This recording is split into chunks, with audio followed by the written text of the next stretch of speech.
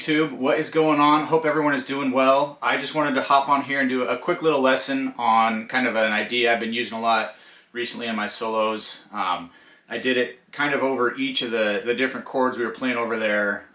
It's that ascending kind of mix of major and minor pentatonics. If we're in the key of E, I did it over the key of A. Yeah, so it's the same notes relative to whatever chord you're playing over, but obviously there's a few different ways we can get into it. And yeah, I just wanted to kind of hop on here and talk about that lick, I guess. So let's zoom in on the guitar here and chat about what's actually going on. Okay, so when I'm doing this, I think about it based off of a root note. So if I'm playing in the key of E, obviously we have our low E, we have our root note here, and we can also think about it out of, like, if we're playing off of the 9th fret. But to begin with, let's talk about it off of this. I'm playing the 2nd fret on my D string, and I'm gonna do a slide where I'm going from the 4th to the 6th. So I'm playing the 6th fret on my D string and the 4th fret on my, that'd be my G string.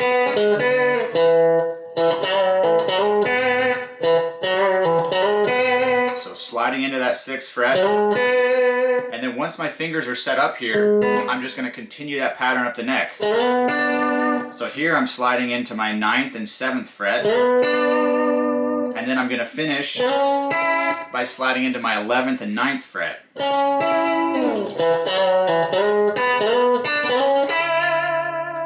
And then obviously once you're up in this position, you can resolve it however you want to finish that lick.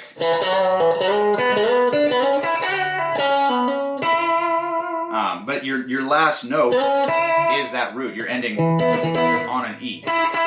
The way we can think about this using major and minor pentatonic is that E example. Those first two notes we're sliding into are out of our major pentatonic scale. Right? We're hitting those two. The second time we slide, we're sliding into these two notes. And those two notes are right out of our minor pentatonic. We're playing the 5th of E and that flat 7. So we have major pentatonic, minor pentatonic, and then we're sliding in again to notes out of our major pentatonic scale. So that's kind of the first way I learned it, was thinking about my root being on the D string. Right, so if we're playing out of the key of G, here's my root.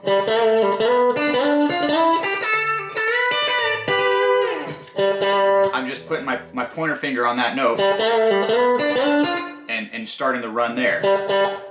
So the other way I showed it, we did it in that beginning examples out of the key of A. So here we're thinking about root being 2nd fret again, but this time on the G string. So this one, the fingers change a little bit just because of the tuning between those strings.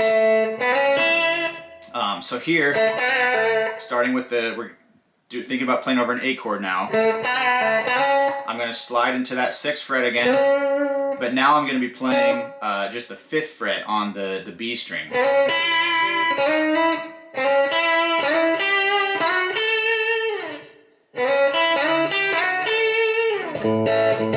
So same thing, we can transpose that easily to other keys. Say we're thinking about playing in the key of C. We have our root note here.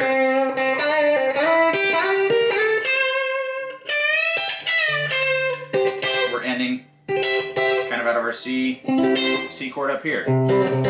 And then the last kind of target root note that I would think about doing this in, I did it over the B chord in that intro. So root being here on the A string. And keep in mind all of these notes they're exactly the same relative to whatever chord we're playing over. So it all sounds the same, it's just different ways of doing it in different places on the neck. So yeah, if our B root is right here, and all I'm doing there is sliding in, I'm doing that little bend again, sliding up to the 6th fret, and then 4th fret again. So 6th fret on my A string, 4th fret on my D string, 9 and 7, and you gotta make sure you slide in to really get that effect. And then we're gonna slide into 9 and 11. If I could do it right. Right, so that's out of your B chord. Thinking about a target root being on that A string. We could do this in the open key of A. Right?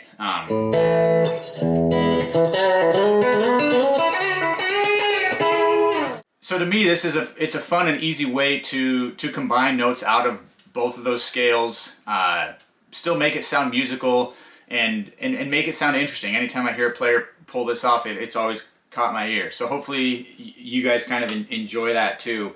I think it's pretty easy to incorporate once you realize where your target roots are on the neck.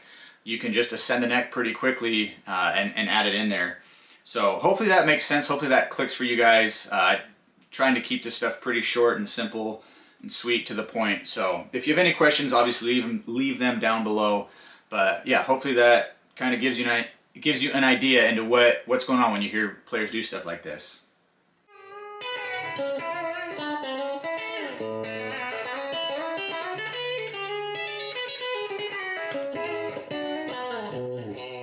So thanks a ton for watching. This is going to be part 1 of a hopefully multi-part series. I'm just going to kind of be breaking down country ideas, country licks, country tricks, tips, gear, maybe tone, anything pertinent, relevant to country guitar, and just kind of little short, manageable videos. So some of it's going to be super basic, some of it's going to be a little bit more advanced. But yeah, if you have any ideas of stuff that you want me to cover in this series, let me know, and yeah, if it's stuff I can address, I will absolutely try to get to those. But yeah, thank you a ton for watching. I appreciate you guys checking out these videos like always. Keep on practicing, keep on playing. Cheers. Yeah, we'll see you all in the next lesson.